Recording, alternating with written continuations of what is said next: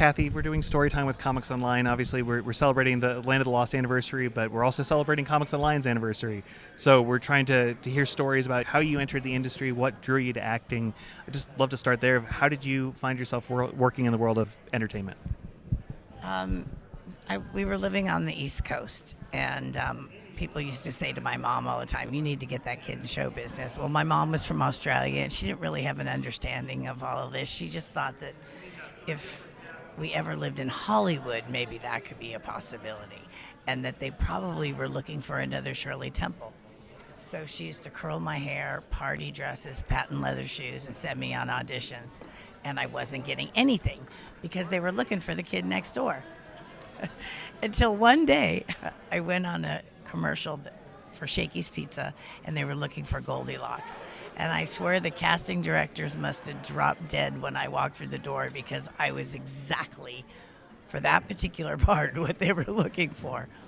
But then after that commercial, my agent told my mom, look, you got to tone that kid down. So braids, t-shirts, sweatshirts, blue jeans, and I started working. Wound up in a band for 2 years, did 2 national tours, and then got Land of the Lost, had to quit the band. And mind you, I was only 10 when I was in the band, but yeah. So with Land of the Lost, what's the memory that comes to mind first whenever you think about it? Like, what's your go-to memory from that time? I have a weird one, but it's arriving at the set in the morning, and, you know, because I was a minor on the set, I could only work X amount of hours. So I would go home earlier than anybody else. The adults could all work later hours. And then after the actors all left, the crew stayed around and rearranged the set for what was going to be shot the following day. So when I would arrive really early, like 6 o'clock in the morning, I used to like to walk around and look at what the layout was going to be for the day. And we had like these amazing sound stages. One was all exterior and then the interior. But they were like real things. It wasn't just like all propped up stuff like a sitcom, you know, that's just a living room with some walls, you know, and there's nothing behind there. We had things that you could climb on and run through and dive in. And I mean, we had a jungle. We had caves and all kinds of crazy things. And I was a kid, you know, and so was Chaka, the kid who played Chaka, Phil Paley. And so we used to get into all kinds of mischief. You know, we had 3 hours of school a day that we had to do. But the rest of the time, if we weren't working, we were clowning around having a blast. With the show itself, why do you think it's been such a fan favorite for so many years? Well, I think a big part of it, people say, well, there was only 3 networks back then. And I get that, you know, there wasn't that many options. But Saturday mornings used to belong to kids.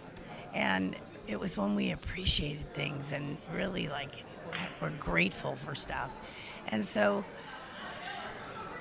having to wait every week, you didn't just get to, you know, stream things, you know, you had to really be committed. And so there was this commitment to watching the show. And they were so excited for the next Saturday morning to come along. And we were a family, and the writing was so good. We had of course, you know this probably already, but we had all the Star Trek writers, so it's really rich. It's good sci-fi. And that we were really true to what we were supposedly selling, that we were this family, this loving family. It's really how we were.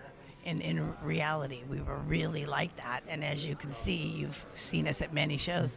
He and I are like brother and sister, and all aspects, you know, we banter, we love each other like crazy, and we have a good time together. And that's 50 years of this, you know. I asked him the question I still want to ask you as well. Who has been your favorite guest of the raft from your conventions?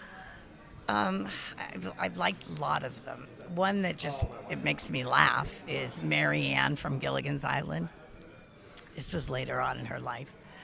She got into the raft with some assistance. And she said, and I sit up in the front, so I don't really know what's going on, but I can just hear things, you know, when people are getting in behind me. And I heard her say, does this ride come with coffee? Well, that just made me laugh, right? Well, fast forward to just like a few months ago, we were at the Hollywood show.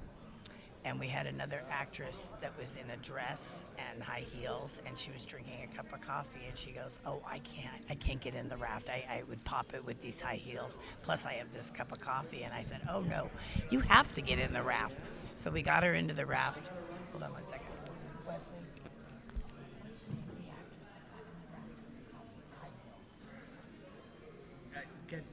Teresa Genzel. Teresa Ganzel is the actress's name. Anyway, she got in, and I turned around when she was behind me, and I said, "Now we can say that this ride comes with coffee." So it was just silly and funny to me. Well, I've really appreciated getting to know you guys over the years, and it's so fun to celebrate with you here in Chicago. So And we'll have many more, I'm sure. I can't wait.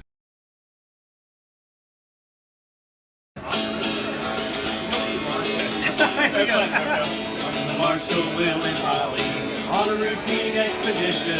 That's the greatest earthquake ever known. High on the rapids, it struck their tiny raft. Plunging down 1,000 feet below.